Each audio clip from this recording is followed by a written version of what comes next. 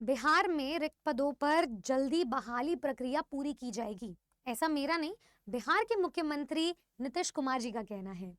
अब जैसे कि हम देख सकते हैं पीछे न्यूज़पेपर कटिंग से, हाल फिलहाल में 20 नवंबर को अधिवेशन भवन में नीतीश कुमार जी ने सक्षमता परीक्षा जो क्वालिफाइड कैंडिडेट्स है जिनका आंकड़ा कुछ 1.14 लाख था, उन विशिष्ट शिक्षकों को नियुक्ति पत्र बांटे थे। वहां पर उन्होंने शिक्षकों को मोटिवेट करने के लिए बहुत सारी मोटिवेशनल बातें कही और ये भी बताया कैसे वर्ष 2005 से बिहार जो है ऐसी तरक्की डेवलपमेंट के रास्ते पर चल रहा है और ऐसे विकास में लगे हुए हैं।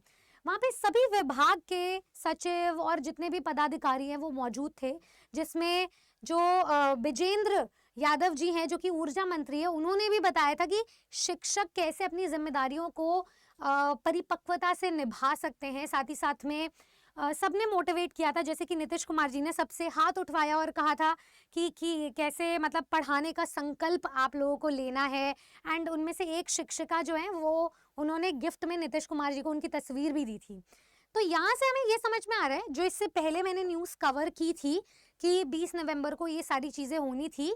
एंड सबसे पहला जो फोकस था उनका भी यही चल रहा था कि जो पुराने इंटरनल ट्रांसफर्स, प्रमोशंस एंड जो पोस्टिंग्स वाले कैंडिडेट्स हैं उनके प्रोसेस को पूरा करना। ठीक है, साथ ही साथ में अब मैं आपको ये बता देती हूँ इसका टीआरई 4.0 पर क्या प्रभाव पड़ रहा है। सबसे पहले तो यहाँ पर इन्होंने इस प्रोसेस को पूरा कर लिया, इनका जो मेजर फोकस था, इन्होंने नियुक्ति पत्र बांट दिए हैं। अब जैसे कि हम देख सकते हैं बीपीएससी टीआरई 3.0 में वर्ग पहली से पांचवी और छठी से आठवीं जो वर्ग है उनका रिजल्ट आ चुका है, बट बाकी दो और वर्गों के रिजल्ट आने बाकी है, 9वीं 10वीं एंड 11वीं 12वीं के, जिस पर इन्होंने बताया था इस न्यूज़पेपर कटिंग में कि अगले 10 दिन में आपको जो है रिजल्ट देखने को मिल जाएगा, यानी कि नवंबर एंड। और मैंने बिट बाय बिट पूरी टाइमलाइन भी समझाई थी अपने स्टूडेंट्स को। तो यहाँ से अब आप ये मान के चले कि दो टाइप के कैंडिडेट्स बनते हैं हमारे। मैं आपको थोड़ा स्टेप समझा देती हूँ। सबसे पहले तो ज्वाइनिंग लेटर्स बांट दिए गए। अब टीआरई पर हमें रिजल्ट जो है वो दो वर्गों पर देखने को मिल रहा है, दो वर्गों पर आपको नवंबर एंड तक देखने को मिल जाएगा। बाकी क्या बचता है हमारा, जिन दो वर्गों का रिजल्ट आ गया उनके डॉक्यूमेंट वेरिफिकेशन जो है उस प्रोसेस पर बहुत ज्यादा जोर दबाव डाला जा रहा है एम्फेटिकली। ठीक है, ये इनका पहला कार्य रहेगा। दूसरा कार्य, जब इन पे रिजल्ट आ जाएगा तो इनके डॉक्यूमेंट वेरिफिकेशन पर भी पूरा ध्यान केंद्रित किया जाएगा, क्योंकि जब एक बहाली प्रक्रिया पूरी होगी वहीं से ही आपके सारे प्रोसेसेस खुलते रहेंगे। ठीक है, अच्छा, उसके बाद हम बात कर लेते हैं उस डॉक्यूमेंट वेरिफिकेशन के बाद। अब ये जो चारों वर्गों के रिजल्ट आ चुके हैं, इनकी ज्वाइनिंग पर फोकस किया जाएगा। उसके बाद नेक्स्ट स्टेप ये हो जाएगा, और उसके बाद जैसे ही ज्वाइनिंग हो जाएगी, जितने कैंडिडेट्स ज्वाइन करते हैं और जितने पद उन्होंने खाली छोड़े थे और रोस्टर इनका क्लियर हो चुका है, उन सभी को कैलकुलेट करते हुए आपकी जो वेकेंट पोस्ट है उनको कैलकुलेट करके फिर रिलीज किया जाएगा ऑफिशियल नोटिफिकेशन। अब इस सबके चलते चलते हम ये मान करके चल सकते हैं कि दिसंबर में आपको 4.0 का नोटिफिकेशन देखने को मिल सकता है, क्योंकि यहाँ पर बात भी हो गई है कि बहाली प्रक्रिया 4.0 के लिए शिक्षा विभाग बहुत तेजी से काम कर रहा है और इसको जल्दी जल्दी करना है। टीआरई 3.0 जैसे ही पूरा होगा, नवंबर एंड में रिजल्ट आएगा, दिसंबर मिड तक आपको सभी के ज्वाइनिंग डीवी सब कुछ देखने को मिल जाएगा, कैलकुलेटेड पद हमारे सामने होंगे एंड दिसंबर तक आपको नोटिफिकेशन मिल जाएगा।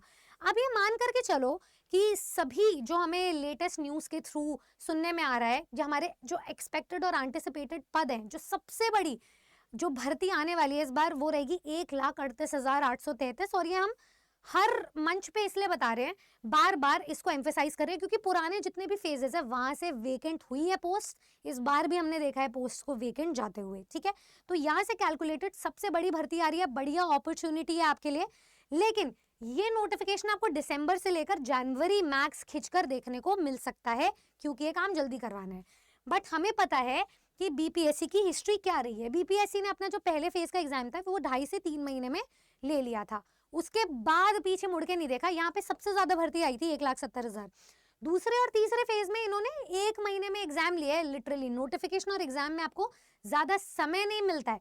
तो यहाँ टीआरई 2.0 में आपको 1 महीने का टाइम मिला। टीआरई 1.0 में भी जो पहला एग्जाम हुआ था ना फरवरी मार्च, वो 1 ही महीने का टाइम भी नहीं मिला था आपको। साथ ही साथ में ये तो एग्जाम चलो कैंसिल हो गया, उसके बाद भी आपको 2.5 से 3 महीने का ही मौका मिला कि जुलाई में एग्जाम ले लिया। तो ऐसा नहीं है कि एक बार एग्जाम कैंसिल कर दिया और री एग्जाम ले लिया तो फिर वो महीनों महीनों खिंच गया। ये भी इन्होंने 2.5 से 3 महीने में एग्जाम ले लिया। तो आपकी जो तैयारी है वो इस हिसाब से हो कि नोटिफिकेशन के बाद अब कभी भी आपका रिजल्ट वो एग्जाम का जो डेट है वो अनाउंस हो सकता है। तो नोटिफिकेशन आने से पहले ही आपकी पढ़ाई हो जानी चाहिए। रही बात सीटेट और एस्टेट अभ्यर्थियों की, तो देखिए सबसे पहले तो अगर ये नोटिफिकेशन दिसंबर में आ जाता है बीपीएससी का, तो ऑनलाइन फॉर्म प्रक्रिया शुरू हो जाएगी और उसके ऑनलाइन एप्लीकेशन की जो लास्ट डेट होती है ना, वही आपकी एलिजिबिलिटी की कट ऑफ होती है। तब तो सीटेट जुलाई वाले वैलिड होंगे। बट अगर नोटिफिकेशन आपका आता है जनवरी में, तो आप ये मान करके चलो कि आपके दिसंबर वाले कैंडिडेट जो इस बार सीटेट देंगे वो भी एलिजिबल हो जाएंगे। कैसे, मैं आपको बता देती हूँ। सीटेट ने इस बार भी जुलाई में अपना 7 जुलाई को एग्जाम लिया और 31 जुलाई को रिजल्ट दे दिया, तो रिजल्ट अनाउंस कर दिया। तो इतना ही टाइम दे रहा है सीटेट भी, तो विद इन अ मंथ आपको रिजल्ट देखने को मिल रहा है और आपका सर्टिफिकेट आ जाएगा और आप एलिजिबल हो जाओगे। पूरे चांसेस हैं कि दिसंबर और जनवरी, मतलब आप जो सीटेट क्वालिफाइड हो या फिर आप अपीयरिंग हो, वो भी तैयारी करें।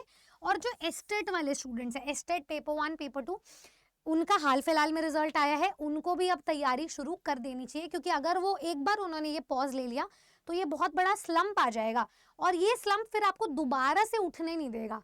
इससे आप एक हमेशा रेस्ट मोड में चले जाओगे और आपको लगेगा कि आपने तो बहुत बड़ी अकॉम्प्लिशमेंट अब हासिल कर लिए जीवन की, उसके बाद आपको पढ़ना नहीं है। बट आप ये बात भूल रहे हो कि एस्टेट से सिर्फ आप क्वालिफाई हुए हो, नौकरी के लिए जो एग्जाम है, डायरेक्ट रिक्रूटमेंट के लिए एग्जाम है, उसके लिए सबसे ज्यादा भारी नंबर ऑफ पोस्ट आ रही है इस बार टीआरई 4.0 में। 5.0 का वेट ही मत करना, सोचना भी मत।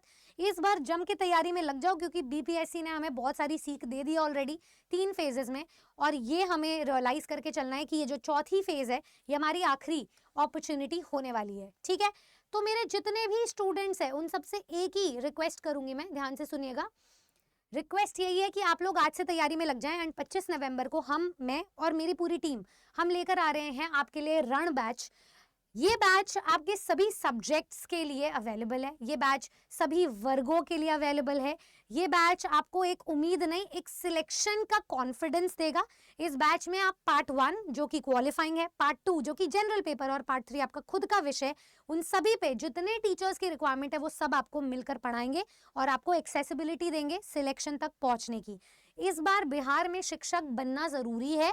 क्यों? क्योंकि अब भविष्य आप लोगों के हाथ में है और पोटेंशियल टीचर्स की जरूरत है। बिहार अपनी कट ऑफ नहीं गिराता है बिल्कुल भी, तो आपको उस हिसाब से तैयारी करनी है कि आप तैयारी अपनी उठा लो। ठीक है, हमारे साथ किसी भी बैच में जुड़ने के लिए आप ये कोड यूज कर सकते हैं Y449, जहां से मिलेगा आपको मैक्सिमम डिस्काउंट। 25 नवंबर से हमारे बैचेस आ रहे हैं और मैं आप सभी की पार्टिसिपेशन, आप सभी का एनरोलमेंट उस बैच में एक्सपेक्ट करूंगी, ताकि हम एक सॉलिड, बुलेट प्रूफ और एक रिजल्ट ओरिएंटेड तैयारी को अंजाम दे सके। Good luck. सब्सक्राइब कीजिए हमारे चैनल को। किसी को भी बैच रिलेटेड क्वेरी है तो नीचे नंबर पे कॉल कर सकते हैं।